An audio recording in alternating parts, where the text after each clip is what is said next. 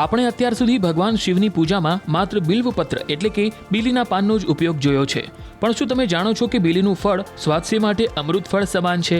પંચમહાલ જિલ્લાના વેજલપુરમાં આવેલા કેન્દ્રીય બાગાયત કેન્દ્રના વૈજ્ઞાનિકોએ 25 વર્ષની મહેનત બાદ મોટી સિદ્ધિ હાંસલ કરી છે. અહીંના વૈજ્ઞાનિકોએ બિલ્વ ફળ પર સંશોધન કરીને 8 જેટલી એવી નવી પ્રજાતિઓ વિકસાવી છે જે પથરાળ જમીનમાં પણ ખેડૂતોને લાખોની કમાણી કરાવી શકે છે. વેજલપુર બાગાયત કેન્દ્રના મુખ્ય વૈજ્ઞાનિક ડોક્ટર A.K. સિંહના માર્ગદર્શન હેઠળ વર્ષ 1999થી આ સંશોધન કાર્ય ચાલી રહ્યું છે. અત્યાર સુધીમાં અહીં 8 પ્રકારની પ્રજાતિઓ જેવી કે ગોમાયશી, થાર દિવ્યા, થાર નીલકંઠ, થાર સૃષ્ટિ, થાર પ્રકૃતિ, થાર શિવાંગી, થાર ભવ્યા અને થાર ગૌરી વિકસાવવામાં આવી છે, જેમાં ગોમાયશી નામની પ્રજાતિ કાલોલની સ્થાનિક ગોમા નદીના નામ પરથી રાખવામાં આવી છે, જે છેલ્લા 5-6 વર્ષથી સફળ ઉત્પાદન આપી રહી છે. हम लोगों के पास लगभग या इस समय 450 से ज़्यादा जर्मप्लाज्म है, जिनका अगर हम फलों का वजन की बात करें तो 150 ग्राम से लेकर के 8 किलो तक के फल हमारे पास हैं.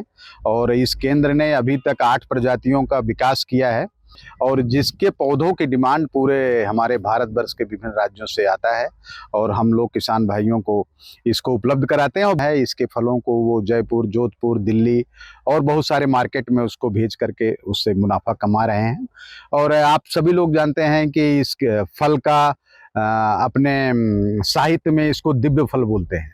दिव्य फल का मतलब ही आप लोग समझ सकते हैं कि दिव्य का मतलब क्या होता है. इसका मतलब ये हुआ, ये फल जहाँ रहेगा, जहाँ इसके पौधे रहेंगे वहाँ का वातावरण शुद्ध होगा, क्योंकि सबसे ज़्यादा कार्बन ये अवशोषित करता है.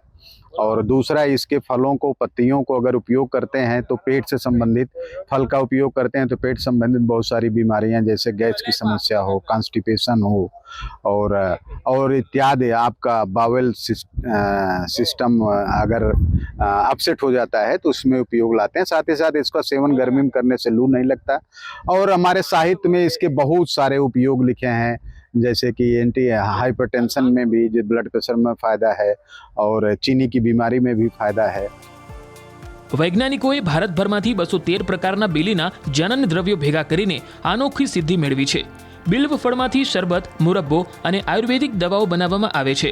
ગુજરાત સાથે અન્ય રાજ્યોમાં આ ફળની ભારે માંગ છે. દર વર્ષે 15 હેક્ટર જમીનમાંથી અંદાજે 200 ક્વિન્ટલ જેટલા બિલ્વ ફળનો જથ્થો દિલ્હી, રાજસ્થાન અને અન્ય મોટા શહેરોમાં નિકાસ કરવામાં આવે છે, જેનાથી સ્થાનિક લોકોને રોજગારી મળી છે.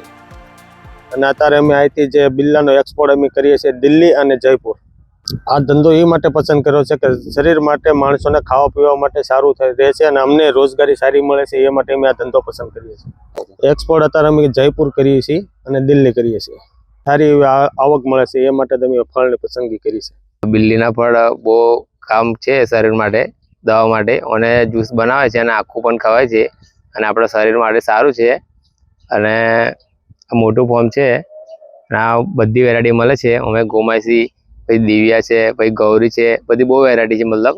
પણ આ બિલ્લો ખાવાથી સારું શરીર રહે અને આમાં બહુ વપરાય છે. મહારાષ્ટ્ર, પછી રાજસ્થાન, જયપુર, પછી દિલ્હી, આ બધે બિલ્લો વપરાય છે અને બહારથી લેવા આવે છે અને અમને સ્થાનિક રોજગારી મળે છે. બિલ્વ ફળ ગરમીની સિઝનમાં માનવ શરીર માટે વરદાન સમાન છે. આ ફળમાં રહેલા ઔષધીય ગુણો પેટના ગંભીર રોગો માટે રામબાણ ઇલાજ છે.